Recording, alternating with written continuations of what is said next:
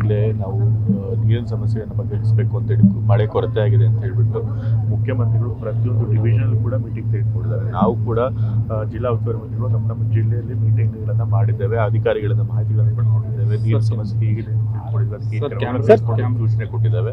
ಬರ ಪರಿಸ್ಥಿತಿ ಅಂತ ಘೋಷಣೆ ಮಾಡಬೇಕು ಅಂತಂದರೆ ಸುಮ್ಮನೆ ಹಾಗೆ ಘೋಷಣೆ ಮಾಡೋದಕ್ಕೆ ಆಗೋದಿಲ್ಲ. ಅದಕ್ಕೆ ಇಷ್ಟು ವಾರಗಳು ಮಳೆ ಕೊರತೆ ಆಗಬೇಕು, ಇಷ್ಟು % ಡೆಫಿಸಿಟ್ ಆಗಬೇಕು, ಸಾಯಿಲ್ ಮಾಯಿಶ್ಚರ್ ಕಮ್ಮಿ ಆಗಬೇಕು, ಬೆಳೆ ಹಾನಿ ಇಷ್ಟ ಆಗಿರಬೇಕು ಅಂತ ಹೇಳಿ ಸರ್ಕಾರ, ಕೇಂದ್ರ ಸರ್ಕಾರ ಕ್ರೈಟೀರಿಯಾ ಕೊಟ್ಟಿದೆ. ಆ ಕ್ರೈಟೀರಿಯಾ ಫುಲ್ಫಿಲ್ ಆದಾಗ ಆಗುತ್ತೆ. ಈ ಜುಲೈ 8 ಬಹುಶಃ ಅಷ್ಟು ಕ್ರೈಟೀರಿಯಾ ಎಲ್ಲ ಫುಲ್ ಆಗುತ್ತೆ.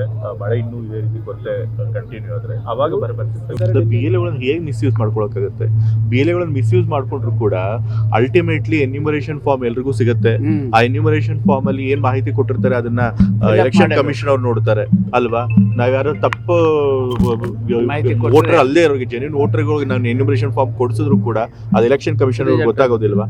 ಮತ್ತೆ 2025 ವೋಟರ್ ಹೆಸರು ಇರಬೇಕು, 2002 ವೋಟರ್ ಲಿಸ್ಟ್ ಅಲ್ಲಿ ಅವ್ರ ಹೆಸರು ಇರಬೇಕು. ಆ ರೀತಿ ಇದ್ದಾಗ ಜೆನ್ಯೂನ್ ವೋಟರ್ಸ್ ಎಲ್ಲರಿಗೆ ಬೇರೆಯವ್ರಿಗೆ ನಾವು ಸೇರ್ಸಕ್ಕೆ ಸಾಧ್ಯ ಆಗುತ್ತಾ? ಸುಮ್ಮನೆ ಬೇಕು ಅಂತ ಟೀಕೆ ಮಾಡಿದ್ದಾರೆ. ಫಸ್ಟ್ ಆಫ್ ಆಲ್ SIR ಮಾಡಿ ವೋಟರ್ ಹಕ್ಕುಗಳನ್ನ ಕಿತ್ಕೊಳ್ಬೇಕು ಅಂತ ಪ್ರಯತ್ನ ಮಾಡ್ತಿರೋರು ಅವರು, ಜನರ ಹಕ್ಕನ್ನು ಕಿತ್ಕೊಂಡು ಕೊಟ್ಟಿರೋರು ಅವರು. ನಾವು ಅವ್ರ ಹಕ್ಕು, ಜನರ ಹಕ್ಕು ಕಿತ್ಕೊಳ್ದೇ ಇರೋಂಗೆ ಮಾಡಬೇಕು ಅಂತ ಹೇಳಿ ಎಲ್ರಿಗೂ ಅರ್ಹ ವೋಟರ್ ಲಿಸ್ಟಲ್ಲಿ ಬರಬೇಕು ಅಂತ ನಾವು ಪ್ರಯತ್ನ ಮಾಡಿದ್ರೆ ಅದಕ್ಕೆ ಸುಳ್ಳು ಆರೋಪ ಮಾಡಿ ಜನರ ದಾರಿ ತಪ್ಪಿಸ್ತಾರೆ. ನ್ಯೂಸ್ ಅಲರ್ಟ್ ನಿಮ್ಮಿಂದ ನಿಮಗಾಗಿ.